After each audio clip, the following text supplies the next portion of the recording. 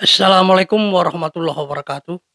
Ketemu lagi kita, saya Wahyudi Panggabean, Direktur Utama Lembaga Pendidikan Wartawan Pekanbaru Jurnalis Center. Pada kesempatan ini akan membahas tentang strategi wartawan menembus narasumber.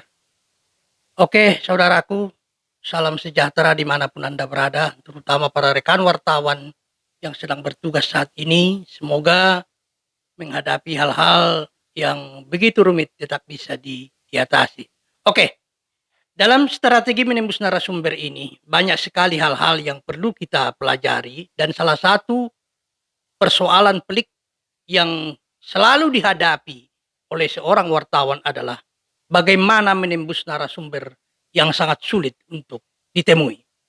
Oke, pada kesempatan ini saya akan berbagi pengalaman tentang trik memadamkan arogansi seorang Kapolres yang memang sangat pemarah dan arogan. Pada tahun 1996, ketika saya sudah bertugas selama 1 tahun di majalah Kawakan Forum Keadilan Jakarta untuk Riau, kebetulan di kota saya bertugas seorang Kapolres yang sangat arogan. Sebelumnya dia bertugas di kota Batam, dan di kota Batam waktu dia bertugas juga selalu menghadapi konflik dengan para wartawan seperti yang diberitakan oleh media massa. Nah, ketika dia pindah ke Pekanbaru, tentu saja ini akan merupakan suatu tantangan bagi saya sebagai seorang wartawan profesional. Ini akan saya jadikan sebagai sarana berlatih untuk menguji kesabaran, untuk menguji potensi saya bagaimana menghadapi dan meredam dan memadamkan arogansi seorang Kapolres. Saya berdoa kepada Tuhan agar ada peristiwa yang memaksa saya untuk bertemu dengan si Kapolres itu di ruang kerjanya. Bukan di luar, bukan di tempat-tempat acara tertentu, tapi di ruang kerjanya. Saya ingin betul menguji ketabahan dan kesabaran saya menghadapi orang yang sangat arogan, dan saya ingin juga ya menikmati luka hati saya akibat arogansi dan ketajaman lidahnya itu. Memang doa itu terkabul. Tiba-tiba ada sebuah peristiwa yang sangat mengerikan sekali ya. Ada peristiwa kebakaran di sudut kota yang menyebabkan 3 kakak beradik, anak gadis, 1 SMP kelas 3, 1 SMP kelas 1, dan yang paling bungsu kelas 6 SD tewas di dalam rumah yang berdinding kayu itu dalam sekejap di waktu itu persis bulan puasa. Seperti biasanya, media-media lokal dan media nasional harian memberitakan itu dari permukaan saja, tidak mendasar sampai ke hal-hal yang sangat rumit untuk diinvestigasi. Kemudian saya segera menemui dokter ahli forensik dan menanyakan apakah mungkin ada unsur pidana di balik tewasnya ketiga kakak beradik itu. Setelah saya sampaikan semua jalan peristiwanya, si dokter forensik itu mengatakan bahwa berdasarkan analisa saya, ada unsur pidana di balik peristiwa ini. Asumsinya didasarkan kepada beberapa hal. Yang pertama, rumah yang terbakar begitu cepat hangus. Yang kedua, biasanya katanya, kalau yang bersaudara kandung terkepung dari ancaman maut, mereka akan berkumpul dan berpelukan. Tetapi ternyata ketika ketiga jenazah dari 3 gadis kakak beradik itu ditemukan secara terpisah di ruang tamu, di kamar tengah, dan kemudian di kamar belakang. Tidak berkumpul seperti analisa ahli forensik itu. Kemudian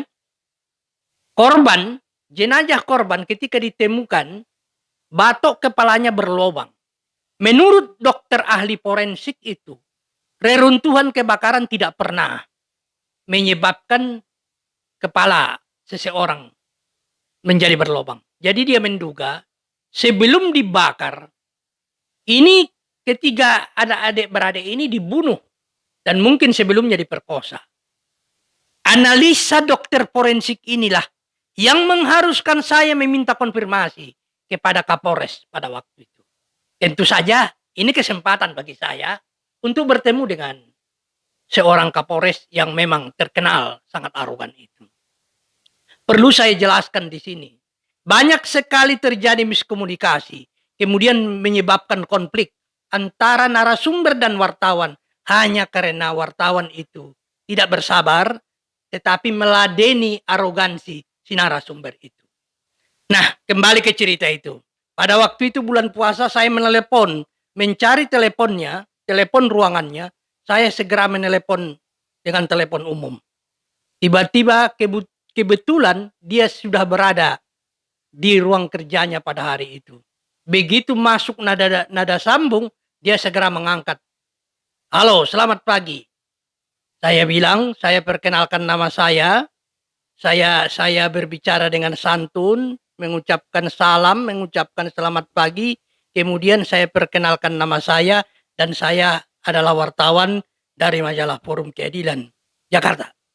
Tetapi belum sampai pada tahap saya menyampaikan maksud saya menelepon dia, dia langsung menyambut dengan kata-kata yang sangat keras dan kasar. Apa dia bilang waktu itu? Mau wartawan forum, mau wartawan hantu, saya tidak peduli kau siapa. Apa urusan kau dan apa hakmu menelepon-telepon saya secara langsung? Memangnya kau siapa? Coba Anda bayangkan. Itulah sambutan seorang Kapolres. Saya sempat tertegun beberapa detik. Kemudian saya memendam dan menikmati perasaan saya yang terluka gara-gara bicaranya yang kasar itu. Lantas saya tersenyum. Meskipun senyum saya itu dia tidak lihat di ruangan kerjanya itu karena saya menelepon dari telepon umum, tentu saya dia merasa ya ada masalah psikologis yang bisa menyambung komunikasi kita. Kemudian saya coba tersenyum untuk mengantisipasi kekasaran dan arogansi bicaranya itu. Kemudian saya bilang bergurau, waduh Pak Kapolres, Pak Komandan yang ganteng ini tidak sahur tadi pagi kok ke saya marahnya Pak. Marahnya kepada ajudan lah. Hilanglah kegantengan Bapak sebagai Kapolres. Waduh gimana ini Pak. Saya sendiri ingin sekali bertemu dengan Bapak, ingin berdialog. Karena saya yakin Bapak orang yang sangat baik. Bilang. Di luar dugaan saya. Tiba-tiba dia tertawa terbahak-bahak. Apa dia bilang? Waduh, siapa namamu tadi, Dek? Wahyudi Panggabean, Pak. Wahyudi Panggabean memang betul-betul kau wartawan majalah Forum ya. Wartawan profesional. Nggak tahan gertak kau ya, Dek. Kutunggu kau sekarang 15 menit. Di ruang kerjaku. Kuundang dengan hormat katanya. Wah, ketawa. Siap, Komandan. Saya langsung berangkat ke sana. Ternyata dia keluar dari ruangannya. Menunggu saya. Coba bayangkan. Kemudian kami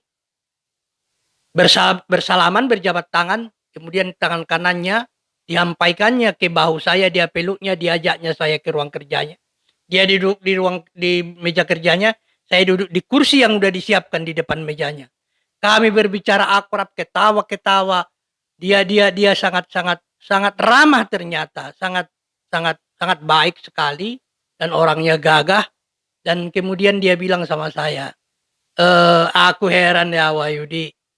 Saya beberapa kali diberitakan oleh koran bahwa saya arogan. Ah, memang iya Bapak arogan, aku bilang. Ketawa dia lagi. Oke.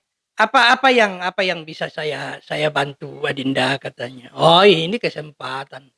Dan memang dari dulu saya ingin menginterview dia di ruang kerjanya. Mau saya lihat kehebatan, arogansi dari seorang Kapolres. Setelah saya ceritakan semua apa yang terjadi tentang itu, dia hanya terdiam. Kemudian dia mencatat apa yang saya ceritakan berdasarkan analisis dari dokter forensik itu. Lantas kami berjabat tangan. Oke Adinda, saya akan pikirkan ini tentang analisa kemungkinan ada pidana di sini. 2 hari kemudian berita saya di majalah Forum Keadilan terbit. Kota saya gempar dengan berita itu karena berbeda dari semua berita yang ditulis oleh wartawan-wartawan lain. Besoknya setelah majalah beredar di kota saya, seorang opsir reserse dari bagian identifikasi mencari saya dan mengajak saya untuk mendampingi tim dari Laboratorium Forensik Polda Sumatera Utara untuk meneliti kasus dugaan pidana pada peristiwa kebakaran yang mengorbankan 3 anak gadis kakak beradik itu. Di TKP, si opsir identifikasi itu berbisik kepada saya, Pak Kapolres mengundang tim ahli ini karena menindaklanjuti berita Anda di majalah Forum. Wah, begitu bangganya saya pada waktu. Apa yang bisa kita tarik kesimpulan dari peristiwa yang sangat krusial? Yang pertama, ketika narasumber Anda memang lagi emosi, lagi arogan, lagi berkata kasar, coba Anda menahan diri dan jangan ladeni emosinya. Kalau Anda meladeni emosinya, yang rugi bukan hanya dia, kita juga rugi. Karena tugas wartawan itu untuk menggali informasi. Coba bayangkan, kalau ketika saya menelepon itu, dari telepon umum itu, meladeni dan menyambut, melawan lagi arogansi si Kapolres. Apa yang terjadi kemudian? Coba bayangkan. Memangnya Anda siapa? Aku tidak peduli Anda. Mau wartawan Forum, mau wartawan hantu. Apa urusan Anda menelpon-nelpon saya? Coba Anda bayangkan. Kalau saya meladeni, tentu saja bisa saja saya mengatakan, wah, sombong kali Bapak sebagai Kapolres.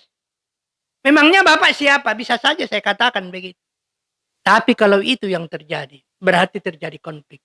Jadi teringatlah saya, pesan dari seorang penulis komik terkenal di masa Orde Baru yang bernama Asmaraman S. Popingho. Hanya yang lembut mampu menembus yang keras. Ini pesan saya kepada rekan wartawan di seluruh pelosok tanah air.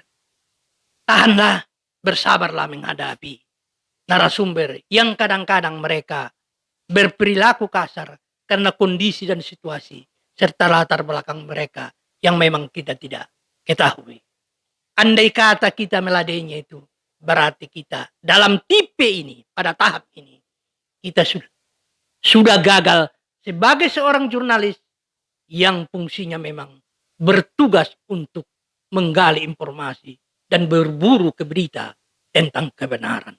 Terima kasih, semoga ini bermanfaat. Assalamualaikum warahmatullahi wabarakatuh.